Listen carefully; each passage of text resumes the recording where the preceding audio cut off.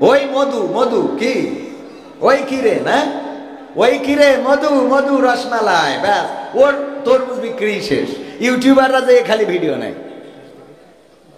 না, থাক আমার ছোট মানুষের বাতাস লাগবি না ভাইরা আমার। ওই কিরে মধু, এই যে তরমুজ গুলো এখন কেজিতে বিক্রি হয়, গরিবেরা কি কিনতে পারে? যাদের টাকা আছে একটা তরমুজ কিনে যদি কোনো গরিবের দেন, একজন ভ্যান চালক রিক্সা চালক সারাটা দিন ভ্যান চালাইয়ে 300 টাকা 400 টাকা ইনকাম করে। এই 300-400 টাকা ইনকাম দিয়ে একটা তরমুজ কিনে খাওয়া সম্ভব না, কারণ এই বছর আমি যেই কয়টা তরমুজ কিনেছি সবগুলো 300 টাকার উপরে। মোটামুটি যেগুলো ভালো সেইগুলো 300 টাকার উপরে। এই 300 টাকা দিয়ে তরমুজ কেনার মতো গরিব মানুষ যারা ভ্যান চালায় রিক্সা চালায় তাদের অ্যাবিলিটি আছে নাকি? আপনার অ্যাবিলিটি আছে, টাকা আছে, যদি একটা তরমুজ কিনে দেন, এই তরমুজটা সন্ধ্যাবেলা যদি বাড়িতে নিয়ে যায়, ছোট ছোট বাচ্চা শিশুগুলো খুশি হয়ে যায়, অনেকদিন পরে বাড়িতে তরমুজ আসলো। ভাইরা আমার, একটা তরমুজ কিনে দিলেন, ওটা আপনার নাজাতের ওসিলা হয়ে যেতে পারে। পরকালের ময়দান, মুসিবতের দিন, যেদিন কেউ আপনার জন্য ছুটে আসবে না, মা আপনাকে দেখে পালাবে, সন্তান আপনাকে দেখে পালাবে, স্ত্রী আপনার পরিচয় দিবে না, ভাই বোন কেউ কাউকে পরিচয় দিবে না, ওই দিন মুসিবতের দিন। এই সুবহানাল্লাহ, কারণ আমার আল্লাহ বলেছেন ফামাইয়ামাল মিসকালা যাররাতিন খায়রান ইয়ারা ওয়া মাইয়ামাল মিসকালা যাররাতিন শাররান ইয়ারা। আল্লাহ বলছেন যারা পরিমাণ ভালো কাজ সেটাও তোমাকে দেখিয়ে দেব, আর যারা পরিমাণ খারাপ কাজ সেটাও তোমাকে দেখিয়ে দেব। একটা তরমুজ দিলেন, কোন দিন কোন পরিবারের, তারা ওই সন্ধ্যাবেলা তরমুজটা খেয়ে আপনার জন্য দোয়া করেছে, আল্লাহ আজকে আমার মতো গরিব পরিবারের যে তরমুজ খাওয়াইলো, এত দামের তরমুজ, তুমি বিয়ে পরকালে বিচারের দিনে হাসরের দিনে তুমি তারে জাহান্নামী কইরো না, জান্নাতে দিয়ে দিও। হয়তো আপনার গুনাহ খাতা ভারী হয়ে যেতে পারে, ওই গরিবের দোয়াটার কারণে আপনার গোটা জীবনের জিন্দেগির গুনাহ ক্ষমা করে দিয়ে আল্লাহ জান্নাতের বাসিন্দা করে দিতে পারে। রোজার মাস, সাহরি নাই এমন অনেক পরিবার আছে, সাহরিতে খাওয়ার মতো কিছু নাই, তরকারি নাই, কতদিন চলে যায়, একটু গরুর গোশত খাওয়া হয় না, পোলট্রির গোশতেরও দাম বেশি। এবার তো অন্যবারের তুলনায় সবকিছুর দাম কম আছে, সহনীয় আছে। আকিস পরিবারের সন্তান শেখ বশির উদ্দিন সাহেব বাণিজ্য উপদেষ্টা হওয়ার কারণে এই জায়গাটাই অনেকটাই কন্ট্রোল করতে পেরেছেন। পেঁয়াজ, আলু, পটল, ঝাল, চিনি, ডাল যা কিছু আছে, শুধুমাত্র সয়াবিন তেলটার দামটা একটু বেশি, বাকিগুলো আলহামদুলিল্লাহ কন্ট্রোলে আছে। ও আমার ভাইরা, তারপরে অনেক গরিব আছে, গরুর গোশত 750 টাকা কেজি দরে কিনা সম্ভব। আপনি যদি কোনো একটা পরিবারকে 500 গরুর গোশত কিনে দিতে পারেন, একটু দাঁড়িয়ে কোনো একটা ভ্যান চালককে কিনে দেন, রিক্সাওয়ালাকে কিনে দেন। গ্রামে যে গরিব মানুষ আছে, এমন গরিব মানুষ বাছাই করে যারা কিনে খাইতে পারে না, 500 গোশ 1 কেজি গরুর গোশত যদি কিনে দিতে পারেন, দেখবেন ওই পরিবারের খুশিটা আপনি ফকিরকে ভিক্ষা দিয়ে এই খুশি জীবনে পাবেন না। ফকিরকে ভিক্ষা দিয়ে ওই খুশি জীবনে পাওয়া।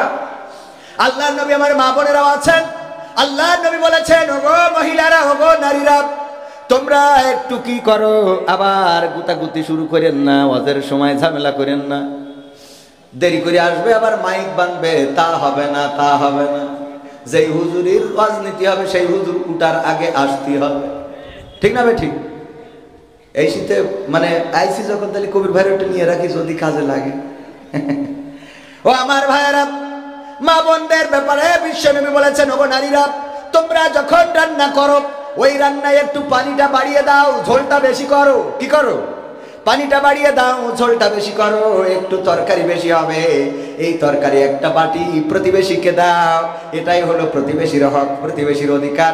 এক বাটি তরকারি যদি একটু পানি বাড়িয়ে দিয়ে প্রতিবেশীকে দিতে পারেন, যেই প্রতিবেশী দিনের পর দিন চলে যায়, ভালো মন্দ খাইতে পারে না, যেই প্রতিবেশী একটু গোশত খাইতে পারে না, যেই প্রতিবেশী গরুর গোশত কেনার মতো পয়সা নাই, ওই প্রতিবেশীকে যদি একটা বাটি পোলট্রির গোশত বলেন, মুরগির গোশত বলেন রান্না করেছেন, একটু পানি বাড়ায় 2 পিস দিয়ে 2টা আলু দিয়ে যদি কোনো একটা গরিবের বাড়িতে বাটিটা পাঠিয়ে দেন, ওই গরিব মানুষেরা যে খুশি হবে, ওই খুশিটা আপনার জান্নাতের জন্য ওয়াজিব হয়ে যেতে পারে। আমরা বুঝি না, রমজানের মাস ভালো কাজের সাথে সম্পৃক্ত রাখতে হবে। জুতা কালি করতে গিয়েছেন, যে মুসিটা জুতা কালি করে, ওই মুসিটার জুতা কালি করার পরে আপনি যদি 20 টাকা হয় 30টা টাকা দিয়ে দেন, দেখবেন ওর আত্মাটা খুশি হয়ে যাবে। আপনি তরকারি কিনতে গিয়েছেন বাজারে, যেই দোকানে বেশি বেচা কিনা সেই দোকানে আমাদের গমন আছে না নাই? যেই দোকানটা বড় সেই দোকানে আমরা কেনাকাটা করি, একবারও চিন্তা করি না যেই দোকানটায় কাস্টমার ঢোকে না সেই দোকানেও যাওয়ার দরকার আছে না নাই? আল্লাহর নবী এমন একটা সমাজ গড়ে দিয়ে গেলেন, এক ইহুদি কেনাকাটার জন্য মুসলমানের দোকানে গেল, যাওয়ার পরে বলল আমার এটা এটা এটা এটা দেন। বলতেছে এইগুলো তুমি ওই দোকান থেকে নিয়ে নাও, ওই দোকান থেকে এই পণ্যগুলো নিয়ে নাও, আমার দোকান থেকে তোমার নেওয়ার দরকার নাই। ওই ইহুদি চলে গেল, পাশের দোকানটা ছিল ইহুদির দোকান, ইহুদির দোকানে কেনাকাটা করলো। করার পরে মনে হলো যে আমি যেহেতু ইহুদি আর এই দোকানদারও ইহুদি, গিয়েছিলাম মুসলমানের দোকানে, উনি কেন আমার কাছে মাল বিক্রি করলো না জানার দরকার। আমি ইহুদি হওয়ার কারণে কি আমার কাছে মাল বিক্রয় করে নাই? ছুটে আসলেন আবার মুসলমানের দোকানে, জিজ্ঞাসা করলেন ওগো ভাই কি এমন অপরাধ করেছি? আপনার দোকানে আমি যেই পণ্যগুলো চেয়েছিলাম সেগুলো কি আছে না নাই? বললো আছে। যদি থাকে তাহলে দিলেন না কেন? বললো ওগো ভাই আমি সকাল থেকে বিকাল পর্যন্ত এখানে বেচা কিনা করেছি, আমার অপর পাশের যে দোকানদার ওই দোকানদার সকাল বেলায় দোকান খুলেছে এই বিকাল পর্যন্ত। আমার বাড়িতে পরিবার আছে, আমার মা আছে, সন্তান আছে, সংসার আছে, আমি যা বেচা কিনা করেছি তাতে আমার পরিবারের জন্য আজকে খোরাক হয়ে গিয়েছে। কিন্তু ওই পাশের ইহুদি দোকানদার ওই ভাইয়ের দোকানে তেমন কাস্টমার আমি ঢুকতে দেখি নাই। তার বাড়িতেও মা আছে, সন্তান আছে, সংসার আছে, বিকাল বেলায় সন্ধ্যা বেলায় বাড়িতে যাবে, ওই পরিবারের কাছে কি জবাব দেবে? এই জন্য আমার যেহেতু বেচা কিনা পর্যাপ্ত হয়েছে তার কারণে আমি ওই দোকানে আমার কাস্টমার পাঠিয়ে দিয়ে ওই দোকানের বেচা কিনা বাড়িয়ে দিলাম। ওই দোকানের বেচা কিনা বাড়িয়ে দিলাম আমার দোকানের কাস্টমার পাঠিয়ে। আর আমরা যদি একটা দোকান বাজারে দোকান দিই তখন চিন্তা করি এই দোকান যেন আর কেউ না দিতে পারে। যদি কেউ পরামর্শ চায় যে দোস্ত বেকার তো বসে আছি, টাকা তো কিছু আছে, বাজারে তো তুমি একটা ব্যবসা নিয়ে বসেছো, এই ব্যবসাটা কিভাবে আমি কি এই ব্যবসা একটা দেবো? কয় দোস্ত রে জীবনে যে কি পাপ করেছিলাম সেটা আল্লাহ জানে আর আমি জানি, এই পাপের ফসল হলো এই দোকান। ঠিক না বে ঠিক? অথচ একজন মুসলমানের উপরে অপর মুসলমানের হক কয়টা? ছয়টা। কয়টা? ছয়টা হক। দেখা হলে কি করবে? সালাম দিবে, হাসি দিয়ে যদি আলহামদুলিল্লাহ বলে ইয়ারহামুকাল্লাহ বলবে। যদি কোনো পরামর্শ চায় সৎ পরামর্শ দেবে, যদি অসুস্থ হয় দেখতে যাবে, যদি মারা যায় জানাজায় শরীক হয়ে যাবে। এর মধ্যে আর একটা কোনটা মনে হয় বাদ পড়ে গেছে, যাই হোক এর মধ্যে হ্যাঁ জানাজা, দাওয়াত দিলে গ্রহণ করবে। দাওয়াত যদি কোনো মুসলমান নিমন্ত্রণ করে ভাই আমার বাড়িতে খাইতে এসানে, তাইলে তার বাড়িতে নিমন্ত্রণে যাবে। ছয়টা হক তাহলে কয়টা? এক নম্বর দেখা হলে কি করা? সালাম দেওয়া। দুই নম্বর যদি নিমন্ত্রণ দেয় তাইলে সেটা অ্যাকসেপ্ট করা। তিন নম্বর হলো হাসি দিয়ে যদি আলহামদুলিল্লাহ বলে, জোরে বললে আপনারা কি বলবেন? ইয়ারহামুকাল্লাহ বলা। চার নম্বর যদি কোনো পরামর্শ চায় তাইলে সৎ পরামর্শ দেওয়া। এটাও হক। এরকম না যে আপনি তারে বুঝাই দিলেন পরে বাড়ি যেয়ে বললেন যে আমার ওই দোস্ত না এই দোকান দিতে চাইলো, এমন কথা বলে দিয়েছি ও জীবনে অন্তত তার এই দোকান দেবে না। খুব ভালো কাজ করেছেন আপনি, তার হক নষ্ট করেছেন। কি করেছেন? তার হক ছিল যে আপনি তাকে সৎ পরামর্শ দেবেন, দোস্ত আসলে আমি এই কাজটা করে দেখছি যে না অন্য কাজের থেকে এই কাজটাই রোজগারটা ভালো, তুমি যদি চাও এখানে আমি তোমার সহযোগিতা করতে পারি। সহযোগিতা না করতে পারলেও তুমি এই বাজারে একটা দোকান দিতে পারো, যদি এই বাজার না পাও আর একটা ভালো বাজার পাও সেখানেও দিতে পারো, তবে এই ব্যবসাটা ভালো। আপনার ভালো হইলে ভালো বললে অসুবিধা আছে? দেখবেন যে কটা ভালো ব্যবসা করে ওদের কাছে যান, ওর দিন চলে না, ওর সংসার চলে না, ওর বউ না খেয়ে রয়েছে, মেয়ে পরকিয়া করতেছে, এই অবস্থায় মানে ও বলবে যে আমার আর ঠিক না বেঠে ভাইয়ের আমার, তাহলে সৎ পরামর্শ দিতে হবে। আর 5 নম্বর হলো অসুস্থ হলে দেখতে যাওয়া। এইগুলো এখন আছে নাকি? অসুস্থ হলে দেখতে যায় না। মসজিদে একজন মুসাল্লি 5 দিন 7 দিন ধরে আসে না, ওই মুসাল্লি খবরও রাখে না অন্য মুসাল্লিরা যে অমুক কেন আসে না। ইমামও খবর রাখে না, মুসাল্লিরাও খবর রাখে। এর নাম ইসলাম না। নামাজ গতকালকে ইফতারির আলোচনায় গিয়েছিলাম শিয়ালঘুনা, যাওয়ার পরে দেখলাম মসজিদে টাইলস করা, টুইলস করা, পিলার, তারপরে এই যে ছাদ, দেয়াল, টয়লেট, পায়খানা ঘর, বদনা সব টাইলস করা। বদনা মানে ও আমি তো যেই দেখিনি, মানে টাইলস এত করা মনে হয় বদনাও করা। বলছে তোর জীবনে স্মৃতিময় ঘটনা কি? বলছে আমি একবার 5 তলা ছাদের পথে পড়ে গেছিলাম। তা বলছে 5 তলা ছাদের পথে পড়ে যেয়ে বেঁচেছিলি? তা বলছে মনে হয় না। কেন? তা বলছে ছোটবেলার কথা তো মনে নেই, মনে হয় মরে গেলাম। ছোটবেলার কথা তো তাই মনে নেই, মনে হয় মরে গেছিলাম, 5 তলা ছাদের পথে পড়েছি। তো এখন টাইলস যেভাবে করা, শিয়ালগুনা দক্ষিণ পাড়া জামে মসজিদ, একবার নাম বলে দিলাম, তাতে করি মনে হইলো বদনাম হয়তো টাইলস করা, সব টাইলস।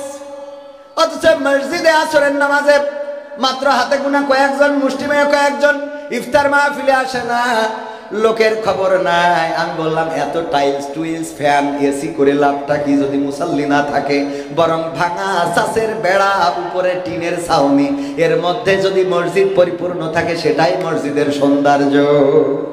ঠিক না বেঠে?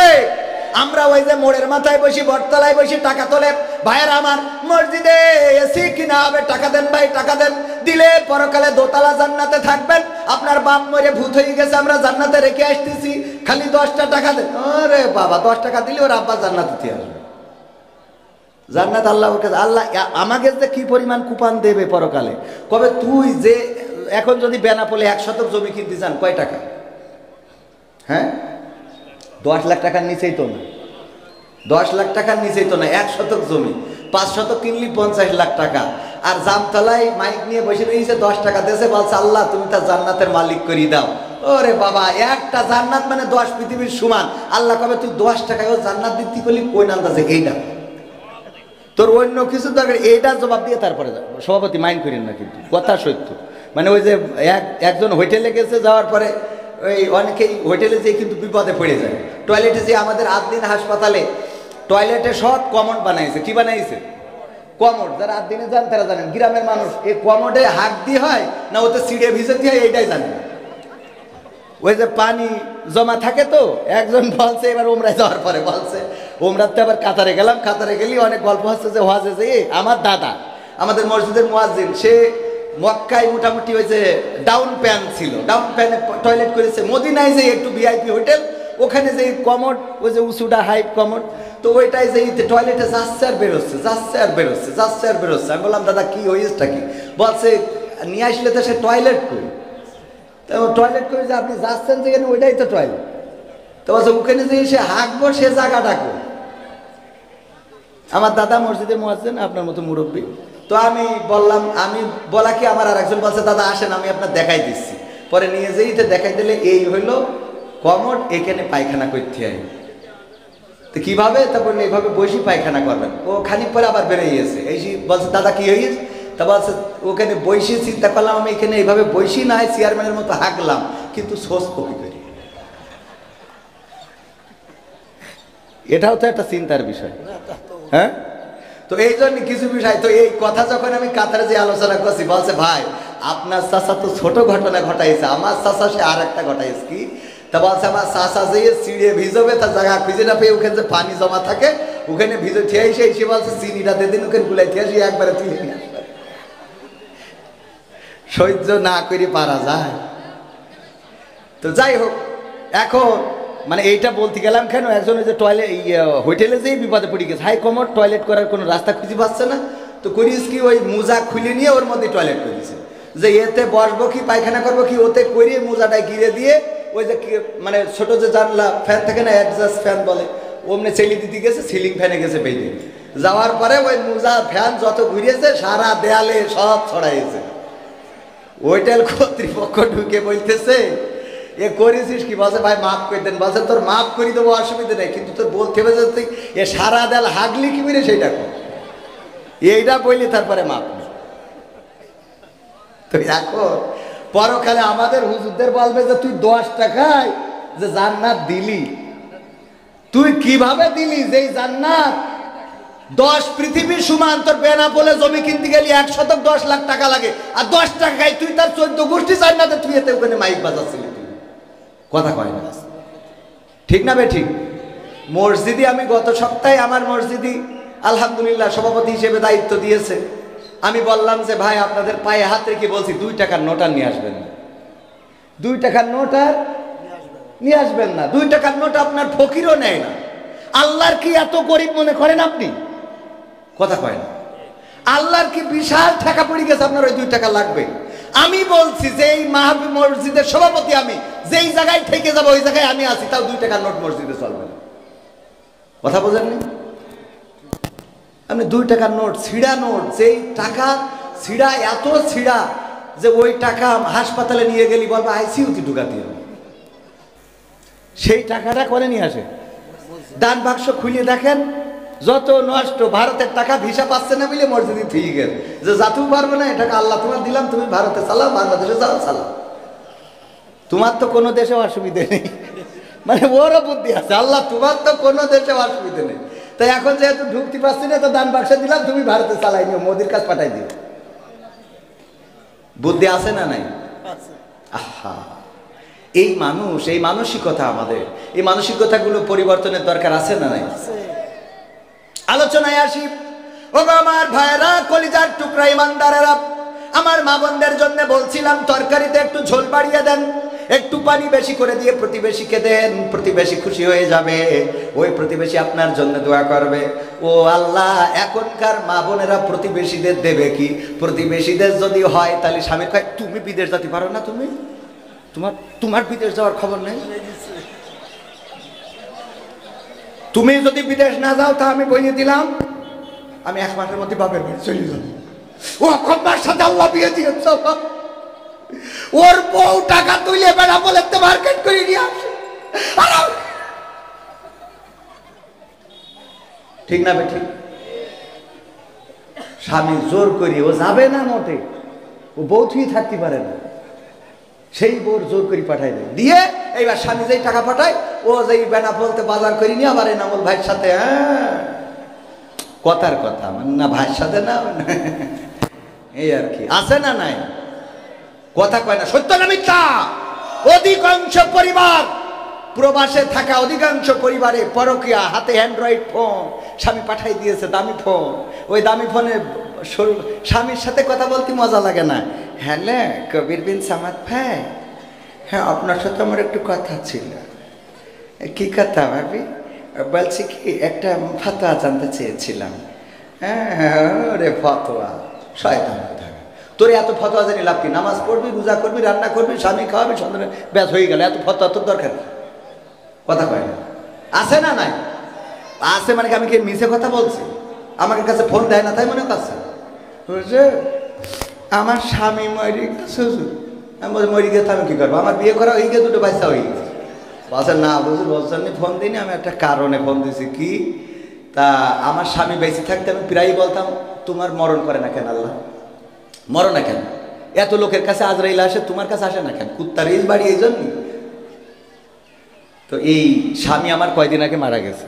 এখন আমি একেবারে সত্য বলছি, এই অবশ্যই সে মহিলা শোনেন, বলতেছে আমি দুশ্চিন্তায় আছি, আমি কষ্ট পাচ্ছি এই জন্যে যে আমি আমার স্বামীকে বলতাম যে মরো না কেন আল্লাহ, তোমার মরণ কেন? কারণ সে ছিল অসুস্থ, এই জন্য আমি প্রায় বিরক্ত হয়ে যেতাম, বলতাম মারা যাও না কেন, মরো না কেন, তুমি তোমারে আল্লাহ নেয় না কেন, তোমারে আল্লাহ উঠাই নেয় না কেন, তোমারে নিক না হয় আমারে নিক, যারে হয় আল্লাহ একজনটা নিয়ে নিক।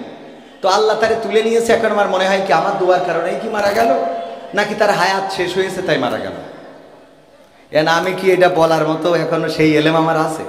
এ তো আমার বলা মানে আমার অবস্থা হইলো ওই যে চাষের বেড়া খুঁজেতে দৌড় দিতে হবে যে কোন দিকে বের হওয়া যায়। ঠিক না ভাই? ঠিক।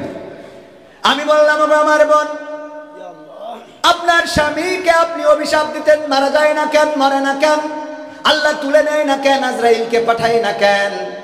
এটা বলার কারণে মারা গেল নাকি তার হায়াত ফুরিয়ে গেল এই কারণে মারা গেল, এইটা আমি বলতে পারবো না। কিন্তু আমি এতটুকু বলতে পারি, বিশ্ব নবী বলেছেন নারীরা অধিকাংশ জাহান্নামী। আর জাহান্নামে যাওয়ার বড় কারণ কয়টা? 2টা। কয়টা? 2টা। 1 নম্বর কারণ হলো নারীরা তাদের স্বামীদের নাশুকুরি করে, স্বামীদের প্রতি কৃতজ্ঞতা পোষণ করে না। আর 2 নম্বর কারণ হলো তারা বেশি বেশি কি করে? অভিশাপ দেয়। কি সাপ? জাত সাপ না, ধোড়া সাপ না, কালাস সাপ না, গোখরা সাপ না, তারা বেশি বেশি অভিশাপ দেয়। কি সাপ? কি সাপ? অভিশাপ দেয়। এই অভিশাপ দেওয়ার কারণে অধিকাংশ নারীরা জাহান্নামী। ওগো আমার বোন, আপনি আপনার স্বামীকে যে অভিশাপ দিয়েছেন, এই অভিশাপের কারণে আপনার স্বামী মারা গেল নাকি হায়াত শেষ হয়ে গেল এটা বলতে পারবো না, কিন্তু এটা বলতে পারি বিশ্ব নবী জাহান্নামে যাওয়ার যে কারণ বর্ণনা করেছেন সেই কারণের মধ্যে আপনিও পড়ে গিয়েছেন। আপনিও কি পড়ে গিয়েছেন? আমার মা বোনেরা, স্বামীদের সাথে এমন আচরণ করা যাবে? আল্লাহর নবীর স্ত্রীরা কেমন আচরণ করতেন। আম্মা আয়েশা রাদিয়াল্লাহু তাআলা আনহা বিশ্ব নবীকে গোসল করাচ্ছেন, পানি ঢেলেছেন মাথার উপরে, পানি গড়িয়ে যায়, ওই পানির মধ্যে রক্তের মতো কি যেন বিশ্ব নবী দেখলেন। বললেন, ও আয়েশা, পানির মধ্যে রক্তের মতো কি যেন দেখা যায়, পানিতে যেন রক্ত ভেসে যাচ্ছে দেখছি। আল্লাহর নবীর স্ত্রী আম্মা আয়েশা রাদিয়াল্লাহু তাআলা আনহা বললেন, ওগো নবী গো, আপনি যখন গোসলের জন্য চৌকিটার উপরে বসেছিলেন, আমার অসতর্কতার কারণে আমার পায়ের একটা আঙ্গুল চৌকির তলায় পড়েছে এবং সেই আঙ্গুলটা ফেটে রক্ত বের হয়েছে। সেই রক্তটা ওই পানিতে গড়িয়ে গড়িয়ে যায়। আল্লাহর নবী তাড়াতাড়ি করে উঠলেন, তারপরে চৌকিটা সরিয়ে নিলেন। আল্লাহর নবী চৌকিটা সরিয়ে নিয়ে আম্মা আয়েশা রাদিয়াল্লাহু তাআলা আনহার আঙ্গুলটা, আনহার আঙ্গুলটা ধরে বললেন, ওগো আয়েশা, তোমার এই আঙ্গুলটা ফেটে গেল, রক্ত ফিনকি দিয়ে বের হয়ে পানিতে ভেসে চলে গেল। একটা বারের জন্য তুমি উহ করলে না, আহ করলে না, একটা বারের জন্য তুমি আমারে উঠতেও বললে না, সরতেও বললে না। আল্লাহর নবীর স্ত্রী আয়েশা রাদিয়াল্লাহু তাআলা আনহা বললেন, ওগো নবী, এটা তো আমার একটা পায়ের আঙ্গুল মাত্র, যেটা চৌকির তলায় পড়েছে। যদি আয়েশার কলিজাটা চৌকির তলায় পড়ে যেত আর সেই কলিজা ফেটে যদি রক্ত ফিনকি দিয়ে বের হয়ে যেত, তাও আমি আয়েশা একটা বারের জন্য বলতাম না, বিশ্ব নবী ওঠে, আপনার চৌকির তলায় আমার কলিজাটা পড়ে ফেটে গেছে। কেমন স্ত্রী হতে হবে, স্বামীর সাথে কেমন আচরণ করা লাগবে।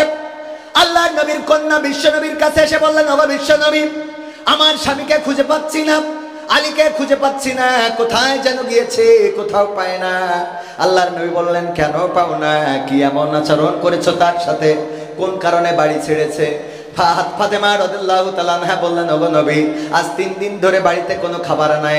হাসান হুসাইন বারবার আমাকে বিরক্ত করে, মাগো খেতে দাও, খেতে দাও।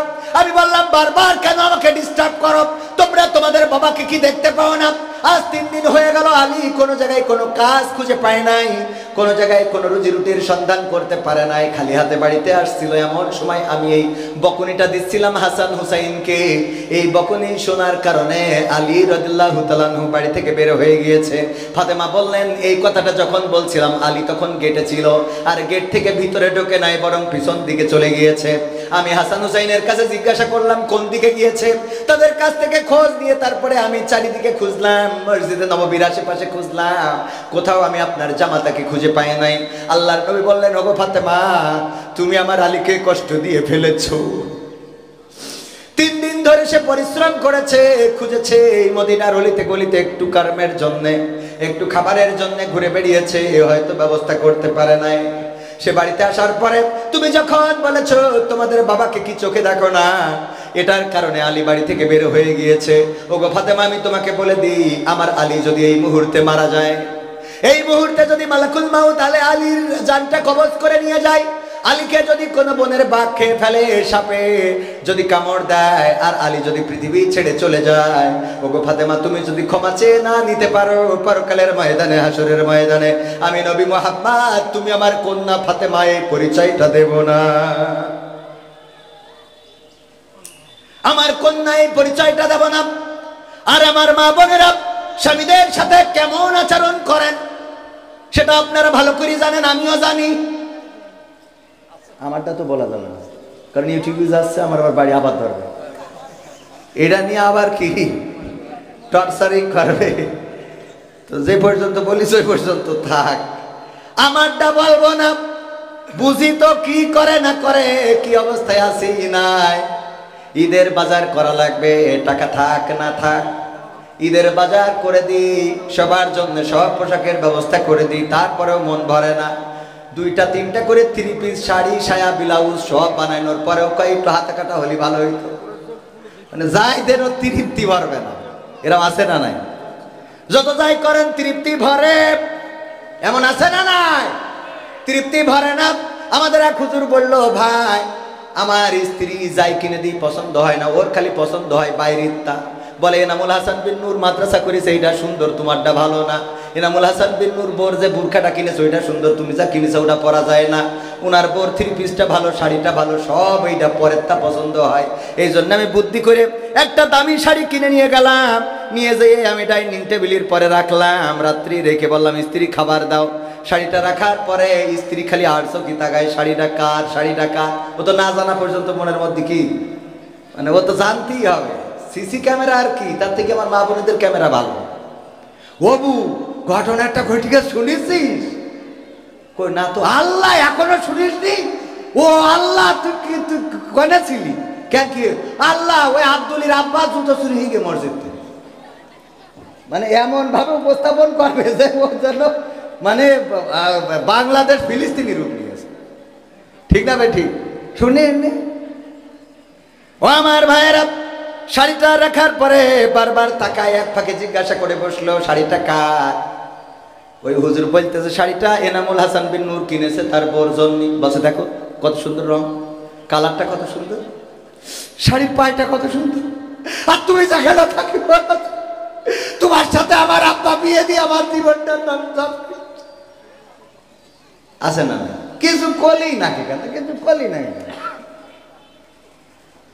আমি বলি তোমার সংসার করছি, অন্য লোক হলি ঝাঁটা দিয়ে বিদায় করে চলে যেত। আমার মাঝে মাঝে মনে হয় এই কথার জন্য তাড়াতাড়ি আরো দুটো বিয়ে করি, যে তোর বাইরে থাকে কিনা দেখ। সাহস পাচ্ছি না, কারণ এখন তো বিপদ শুধু একদিকে না, আগে তো গলা কাট তারা কোন অন্য জায়গায় কেটে বাড়ি নিয়ে যায়। ঠিক না ভাই? ঠিক। এজন্য ভয় আছে না নাই? আপনি খবরদার এই বয়সে রিস্ক নেবেন, খবরদার, নিষেধ করে গেলাম। আমরা তো একটু শক্তি আছে, হয়তো প্রতিহত করতে পারবো। কি হবে বেঁচে থেকে? ও সঙ্গীত শোনাইতে হবে না দুই একটা? আমার একবার পোস্টারে দিয়েছে কি যেন বিশেষ আকর্ষণ, আবার এনে কয় তৃতীয় বক্তা। মানে আমার তো জ্বালা শেষ নেই। একবার বক্তা, একবার শিল্পী, একবার ওয়াইজিন, একবার নাট্যকার, একবার তার 7-17 এই